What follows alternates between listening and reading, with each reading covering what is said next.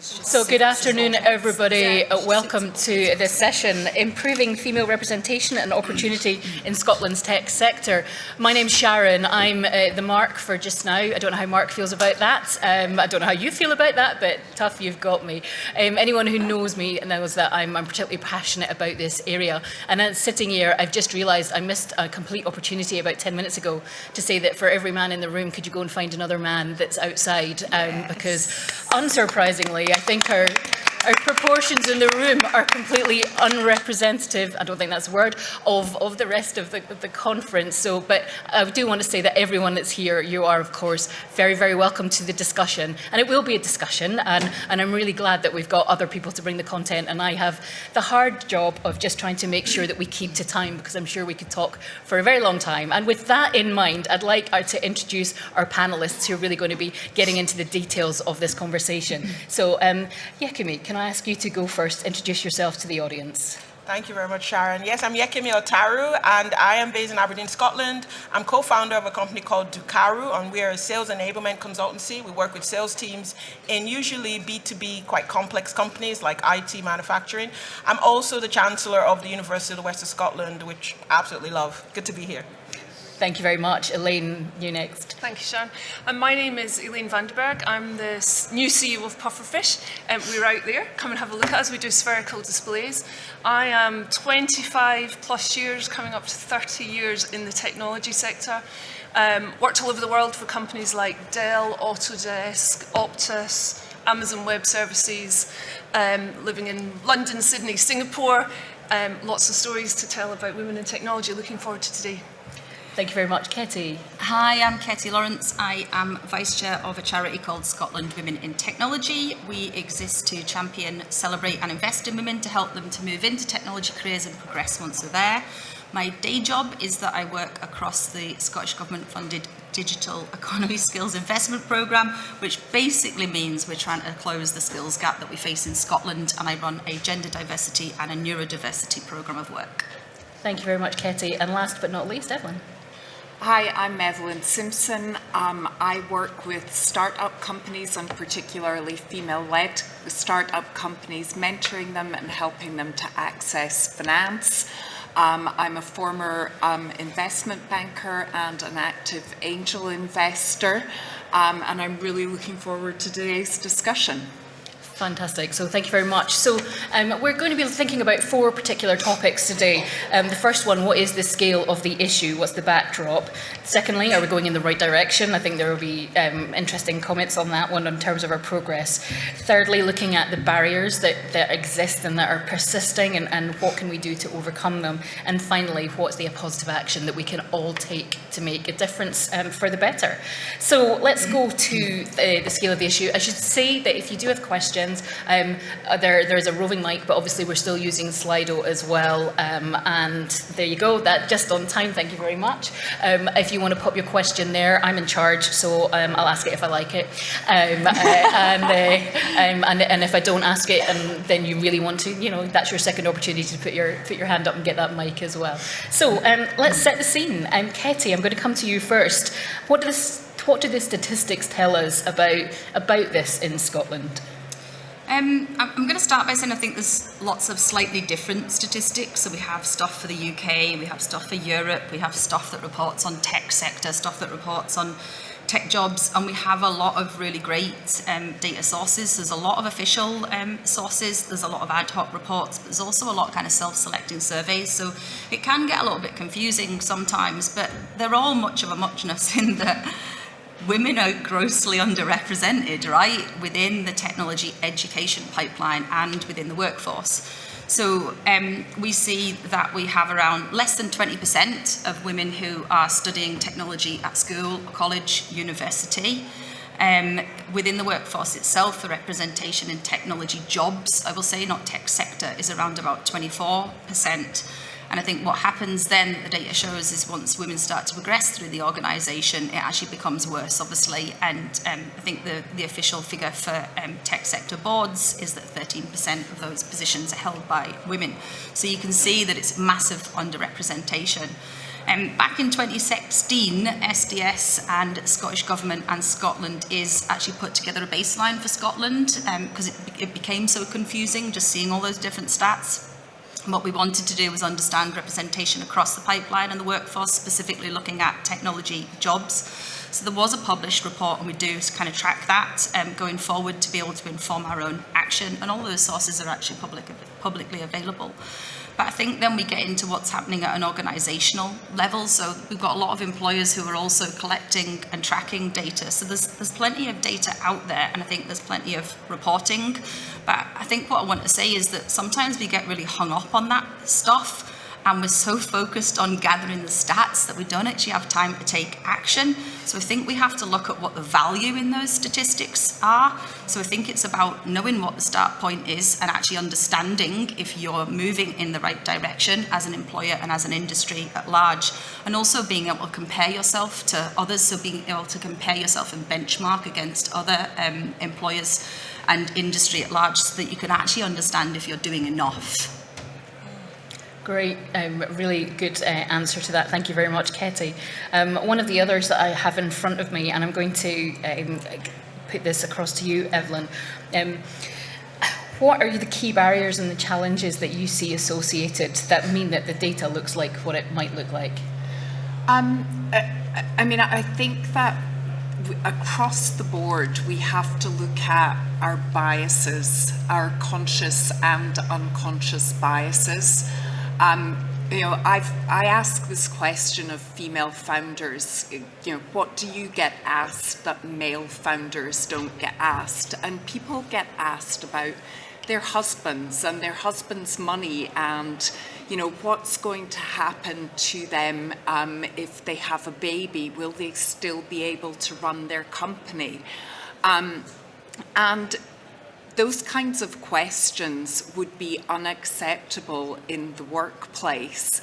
But somehow, if you're running a company, if you're going out for funding, it's okay to ask those questions. So I think that's one of the key things that is a barrier.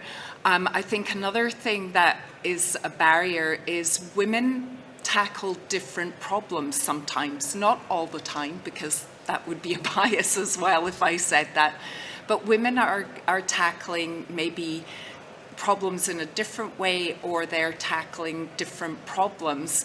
And a lot of times when investors look at these businesses that are started by women, they say, well, you know, it's dealing with a woman's issue, so it's a lifestyle business. But actually, women are 50% of the world, and so if you address a problem that is addressing something that relates specifically to women, it has the possibility of being massively scalable, but we don't seem to have got our heads around that. So those are the two kind of main things that I think about when you ask that question. Elaine, do you want to add? Yeah, I'd like to sort of going on the stats as well and a bit what Evelyn said. I have real challenges with positive discrimination, and I'll come on to that, because when we're looking to drive this 50-50 split, I think we're very fortunate in our society that women have a choice, and a lot of women choose not to come to work. A lot of women choose to stay at home and have children, right? And that should be celebrated and that should be supported. And I feel that if we get hung up on the stats of trying to drive this 50-50, it's unfair. I think because there's less women in the workplace. And then even those women that do come into the workplace, should their partner decide to have a child, somebody usually is the primary carer if the child is sick, etc. So I think getting hung up on the stats of 50-50 is a wrong measure. And you said, let's not get focused on the stats themselves, which is really good. So I think the barriers mostly for women coming into the workplace is around, and I hate to use the word barriers, but it's the choices they've made in their life. They might choose not to work, they might choose not to have a full-time profession because they have made a choice to look after their children. There are those, I'm one of them, that try and juggle and do two, and that's challenging. You can't always have it all. It's very challenging to do both. But I think it's definitely around recognising and respecting women's choices and families' choices in the workplace, and then looking at what we can do to support them in those choices, whether they're choosing to come to the work and they need help with childcare, or they're needing to study part-time when the child isn't, whatever it may be. But I think we need to look at less on the stats, as Ketty was saying, but what can we do to support the women who have chosen to come into the workplace to make sure that we can give them a fulfilling and career that they can progress in? Yeah, thank you. And I would take it one step further, actually, because not everyone knows that they have a choice. So I had the privilege of going to the National Museum of Scotland yesterday and getting a tour around Careers Hive. If you've not been, I really encourage you to go. You get to play with all sorts of things. I mostly watch other people play with things. It's targeted mostly at S1 to S3.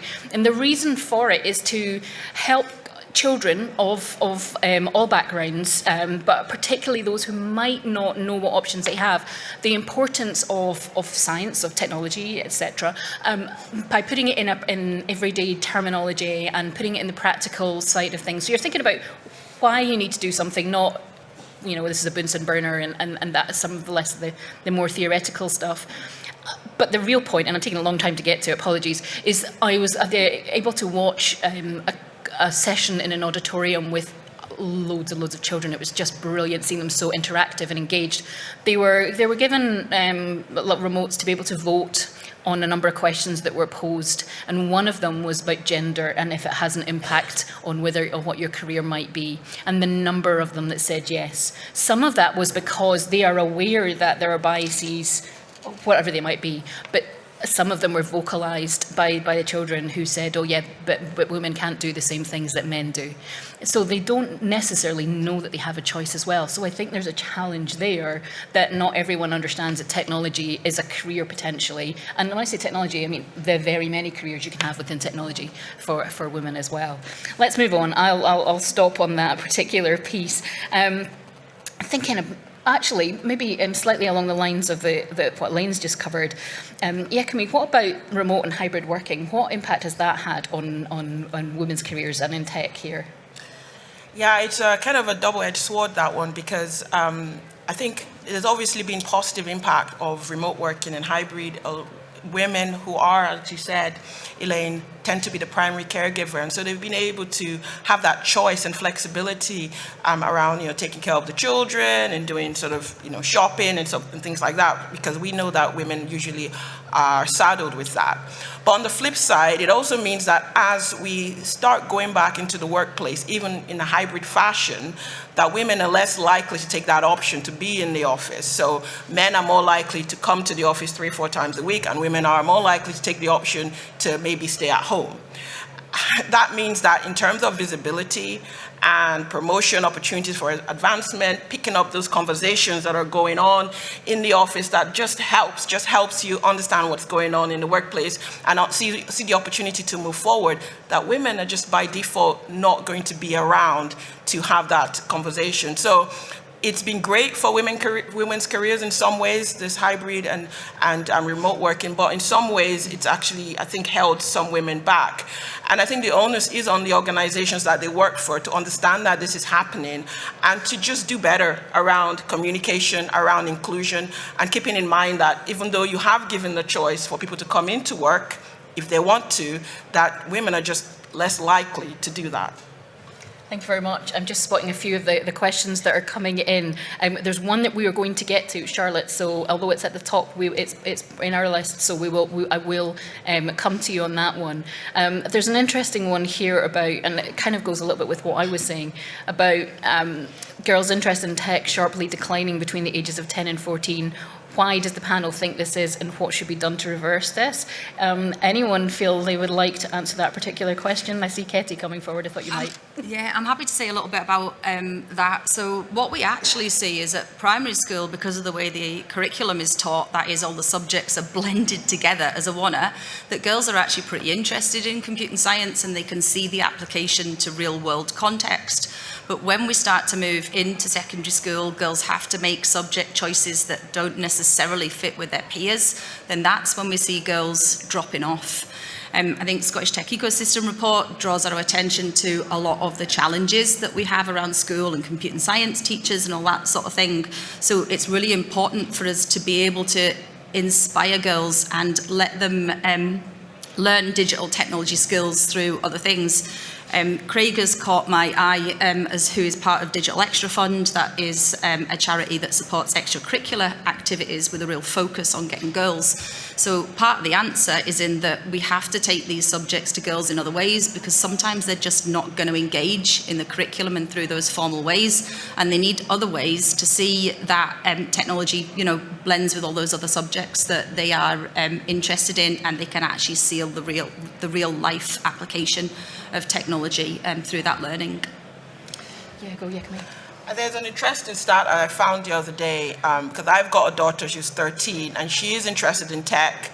And I came across this stat that 7 out of 10 girls from a young age feel that they're treated with less respect because they are a girl. And I think it starts really early on, and I think as time goes on, the more that girls don't see someone like them, a girl, doing the things that they thought was cool, I think they are going to drop off, in addition to the things that you've said. And I see that in my daughter, looking for people like her. So you've got being a girl, you've got being a black girl on top of that, and sometimes you've got being neurodivergent on top of that as well. And we know from research that representation has a really big impact on what people go on to do, and especially at a young age. Really, that bracket you spoke about, they're looking for an example of what they could be when they grow up. And if they don't find that, they're likely to look elsewhere.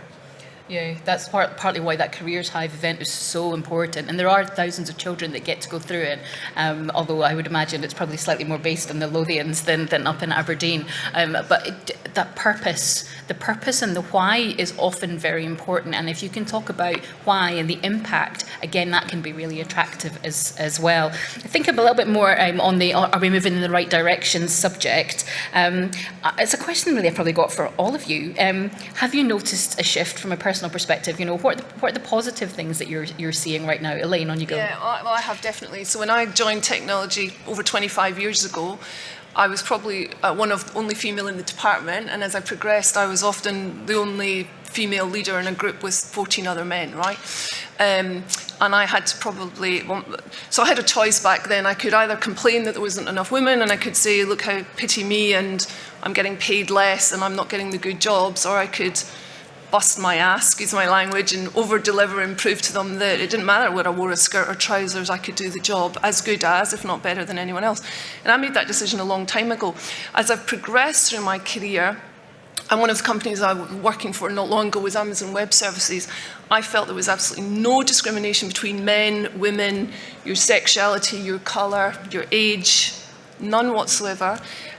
We were trained to go through the interview process, making sure we had no unconscious bias. I felt there was as many opportunities for women as there were for men, and I've just gone out and done an investment round. We were just talking about that, and I felt that I was treated. It's not always the case, I know, but I felt I was treated no differently because I was a female CEO looking for investment, and people were just focused on the results, my passion, my drive, what I would deliver, and I'd say probably for the last 5 years in my career, it's not been an issue. Now, I know that's not the case across the board, and that may be because I've got a track record, so I've shown that I can do the job as good as anyone else. But I do believe that the world is moving, and I do believe that there are employers out there that see the benefits of diversity in the leadership team or whatever team, and that if people are in an organisation that is not recognising it, there are plenty of organisations out there. Go and try and find yourself another job where it isn't an issue, and the opportunities are open to everyone. Great, thank you. I'm going to go. We haven't heard from Evelyn for a while, so I will come back to you. But Evelyn, positive stories. Are you seeing it go in the right direction where you are as well? So, I think the positives that I see is there's a lot more attention to the issue of the inequality that exists. People are talking about it. People are taking action to try and redress it.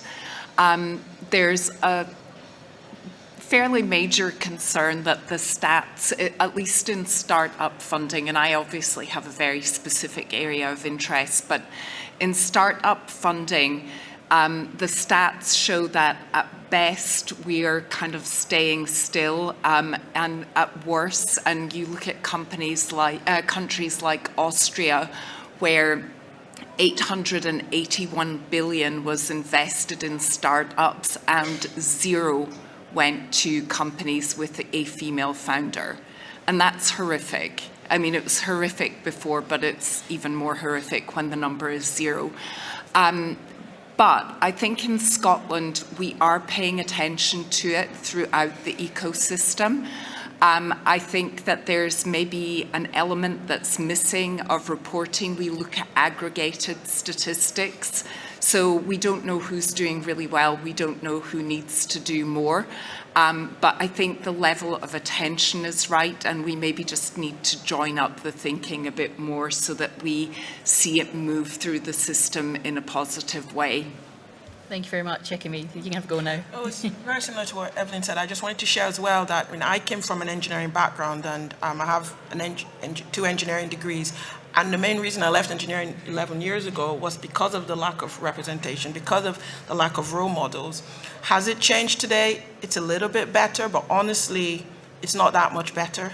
I think it's better in some ways, but also we've got the organizations and we've got the mindset of the women as well. Less women wanting to put themselves forward in those kind of roles, and organizations maybe not being as deliberate as they can be. So I think there's maybe 2 kind of strings there to pull. So I mean, similar with what you've said, I think there is some improvement, but not as much as you would expect over the last, decades, really. Yeah, and I can't help but think that how terrible would it be if there hadn't been all the efforts in the last 20 years, mostly by women, to try and make it better, and how much more inclusive would we be if everyone was engaged in it and not just the ones that are underrepresented and so on. So that's going to take me to the next section on persisting barriers, overcoming the key challenges. And we have a point from Steph: diverse doesn't necessarily mean inclusive. A company can actively hire lots of people from marginalised groups, but if it's not inclusive, they won't stay. And that's such an important thing. So we can't take the eye off the ball. It's not just about getting the right people, it's making sure that we have an inclusive organisation. So on terms of that and participation, Ketty, suggestions. What do we do about this? How do we make ourselves more inclusive? How do we address that long-term underrepresentation? I think following on from your point about imagine what we could do if everybody was involved, right? We need collectively a join up on this, and we need collective action, not just across the pipeline at all the stages, but at industry level across employers as well, because nobody alone is going to fix this. And women move through the tech ecosystem, right? So we need to have a situation where people can zigzag through careers and feel supported. I think there's definitely a piece in making what we know is good practice actually business as usual. And I'm going to use recruitment, the recruitment process as an example. So there is no shortage of evidence that says inclusive recruitment works. Changing your terminology, being realistic in your job spec, having a diverse interview panel, all of that good stuff. But how many employers are actually using that proven good practice? There's lots of employers that are, but there's going to be loads of employers that aren't and maybe don't know about it. So actually being able to spread the things that are proven to work is really important. But then on the converse of that, I think we've got some challenges that we don't know how to fix. We're throwing a lot at them. The challenges within the pipeline around young women and girls, for example, not engaging in schools, but we haven't cracked it yet. So I think we need to work really hard to test things and to learn and to make the good stuff spread. Thank you very much. I'm just going through some of the other questions that see how they complement this particular section. There's an interesting point that somebody anonymous has put, scared cat. And Elaine, I'm going to put this one to you and see what you think as a reaction, because it is a good point. Is the approach Elaine described of women over-delivering whilst being underpaid counterintuitive to getting more women to go for the bigger jobs? Yeah, but it's a reality. The world has moved on since I joined, and that was a reality, and I'm sure it's a reality in lots of organisations. But if I take my situation, I could either sit back and mope about it and moan about it and complain about it and be put in a corner because nobody wants to deal with me, or I can deliver the job over the job. And trust me, I had it at Dell, and you can read it on LinkedIn. When I was overperforming, I had managers fighting over me, right? So, and the pay came, and for the last probably 6-7 years of my career, I have been on an equal pay with men. I haven't found any discrepancy. So I think it's all about your attitude, right? And I've just offered to be mentor, and I'll go out and I'll talk to women about, but I think we have to be role models, and as role models we have to show that we are capable of the job, whatever that job may be, that we are capable of juggling home life. And I have men in my business that are the primary carer, and I support them. We've got a very inclusive environment in our company. And I think it's about proving your worth. The job roles will come and the salary will come with it. And if it doesn't, I've said it before and I'll say it again, and I know it's not easy, go and find a company that will, because there are many out there. But I feel as a female, if in my time, if I'd sat back and complained about it, I'd still be back there doing the lesser job and on the lesser money. So for me, it was positive action. Let's show what I'm worth, and hopefully someone will want to pay me. Okay, so we've talked a lot about some of the things that women can do. I'm going to slightly go off-piste on the panel questions that we have here, but try to incorporate something that's been mentioned a couple of times in the questions that have come to us. What is it we can do to encourage men to realise that they need to think about the fact that perhaps if a woman's not asking for a pay rise, it's not because she doesn't want it. It's because she's expecting to get it. And in fact, there's statistics that show that women do ask for pay rises as much as men, and they just don't get them. We're maybe less likely to negotiate, but we definitely ask for them, and women don't necessarily get them. So is there anyone on the panel who would like to respond to that on what we can do to get men to be thinking about how women think differently? Let's not make men the enemy, because there's women that I think hold women back as much as men. Sometimes they don't like competition. Again, I think it's you deliver on the results. Go into the room. There's plenty of online courses about how you ask for a pay rise.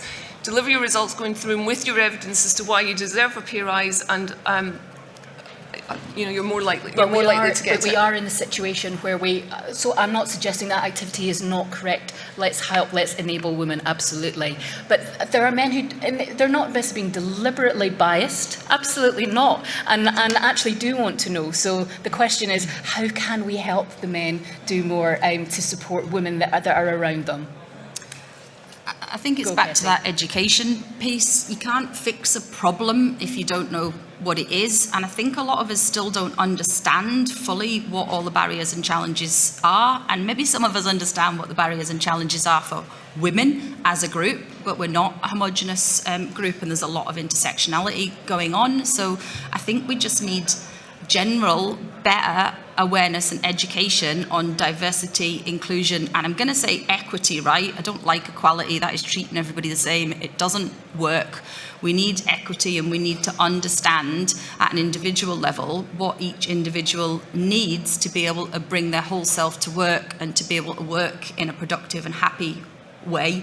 So I think education, awareness, and actually one-to-one dialogue to find out what it is that people need. Super, thank you very much. One of the topics here is around about inequality in VC. Kind of come back to you, Evelyn. A little bit more on that, please. What can we do to make a difference there? Could I just add something to the question that you asked course, before, which was just to say that, kids have two parents. They don't have a mum who takes care of them. They have two parents. So part of that whole conversation about being a more inclusive workforce is around letting parents look after their kids instead of just making the childcare and the workplace and the way they work together a woman's issue, because it's not just a woman's issue. Going to VC, pet topic. When we look at VCs, 1 to 2% of funding goes to women. It's got worse during the pandemic. It is completely unacceptable, but part of the reason that it's bad, and it's throughout the ecosystem, it's earlier than the VC stage as well, but part of the issue is that the institutions that are investing the money are very gender imbalanced. They're very ethnically imbalanced. So actually, I know we're going to be talking about wider diversity issues further on, but if you're a woman, you get 1 to 2% of equity investment. If you're a woman of color, it's so tiny that you can barely even see it. So there's a huge issue there, and until the people who are controlling the money are either more diverse themselves or they're thinking about a more diverse set of issues, it's really hard to see where that change will come from. Thank you very much. And that leads me on to the last point I was going to cover in this one. And I'm coming back to you, Yekeme, round about that fact that we might be an intersection of many things and not just a woman or a specific gender. You did touch on this earlier, but would you like to expand a little bit more on how we're affected when we're not just one thing, actually we're many? Yes, and you could argue that none of us are just one thing, and that we are an intersection of everything that we are. I mean, speaking from experience, I think, but this is just my personal experience, I think I have been more disadvantaged for being a woman than I have for being a black woman, if that makes sense. And that's maybe just the industry I was in, which was oil and gas when I started out. I think there are different layers, and the main issue tends to be people making assumptions and what we call stereotyping, just making assumptions about what you can do, who you are, how you can, what you can take on and how you will perform based on what they think they know about you. And that's really something that holds a lot of people back, and it's really painful. And I can speak from experience, being in an environment where people assume that you're going to be aggressive or that you can't speak English, or they're really shocked you can speak English, and just assuming you're uneducated, things like that really just layer on top of the fact that you were, that you're a woman.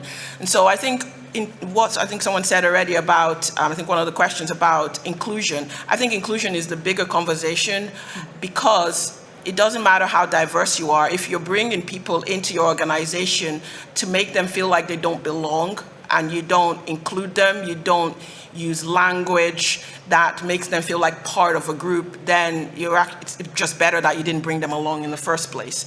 And so inclusion attracts diversity. And I think it's really a challenge to leaders to make sure that they don't make assumptions and they don't assume that, oh, I spoke to that black woman and I know what she likes, so let's do that for everybody. That's not going to work. And so it's really a call to leaders to really take it seriously and understand the different people they have within their organization. And I think it was you that said it, Ketty, treat people the way they want to be treated rather than trying to roll out this one formula for everybody. There's a really lovely image that I've seen, and I'm sure many others will have seen this as well, where you see there's a sports game of some sort going on, and there's a wall, and certain people can see over it and some can't, and they need some help. The other way to look at it, and there's the second image, is what if we removed the wall and made it a fence that you could see through, and then no matter your height you could get to see through. And it's just a nice way of thinking about that sort of what's inclusion, what's equity, that sort of thing. Because of time. And some of the questions, I'd like to sort of finish with a few recommendations from our panel about the actions that we can do on supportive change. Now, we do have a generic question we'll finish on, but let me ask a couple of the slightly more specific things that we've had. Sharon, yours is at the top, and as I like your name, we'll go with that one. So, given the org structure of a 40-hour working week was built at a time when men went to work, supported by women at home, how can we evolve this to fit a modern world? Anyone want to contribute to that one?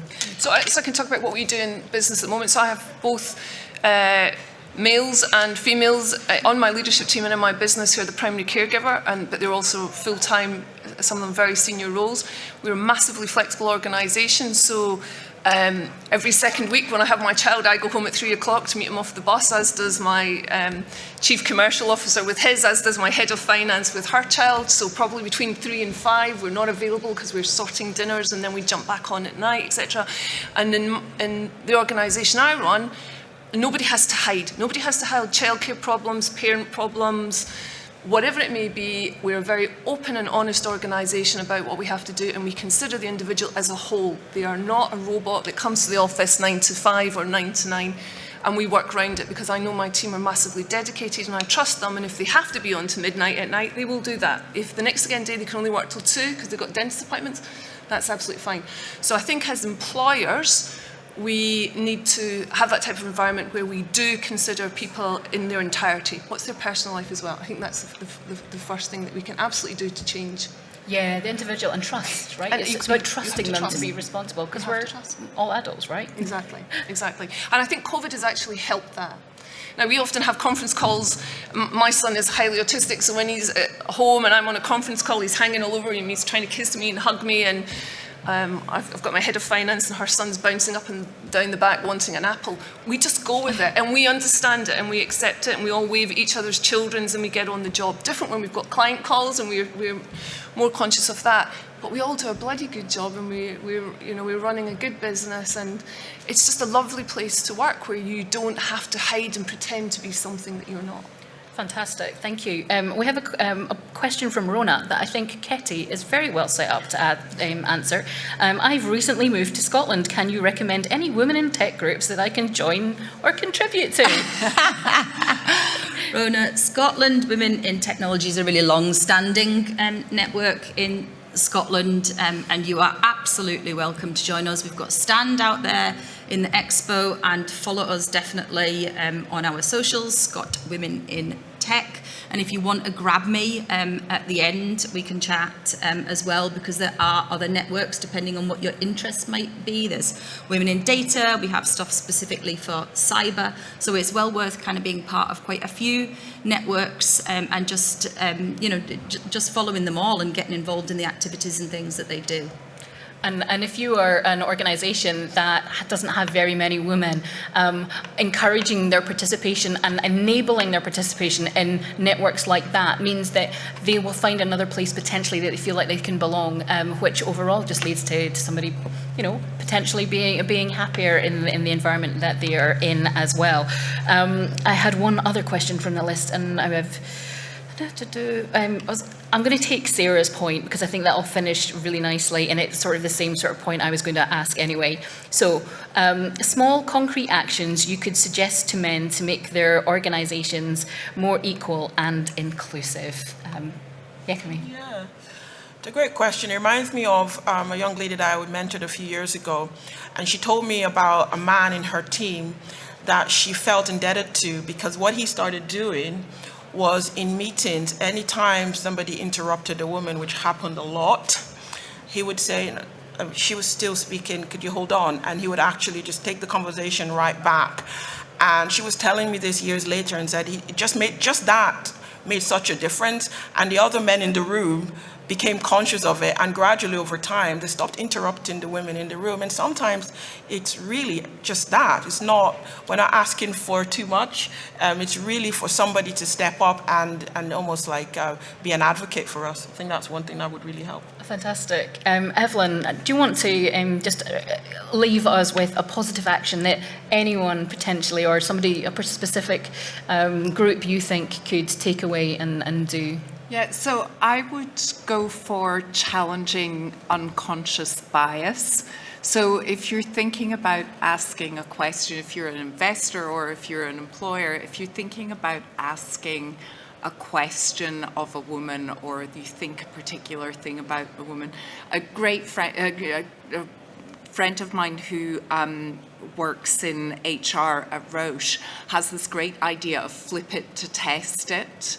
And she says, if you are thinking about asking something of a woman, and you, instead of saying, okay, I'm asking Jane, I'm asking Jim, and it sounds kind of weird if you ask Jim, don't ask it, because there's probably a bias in there somewhere. So really challenge your biases when you're thinking about gender or any kind of diversity in the workforce, because we all have them. And I say that not just to men, I say it to women as well. We all have biases, so let's challenge them. And I think, given the time, we have 40 minutes, I think we finish on that note. And I'd written unconscious bias myself, so I'm just going to repeat that one. Go, if you don't know what it is, find out what it is, get yourself trained on it, then don't assume that one training fixes you, because doesn't fix it. But being aware and being able to do something about it, because we all have them. It's such an important point there, right? And it's not one particular section or demographic in our population. Everybody, a huge thank you to you for joining us. But can I also ask you to thank our panelists who've taken the time and shared their experiences today?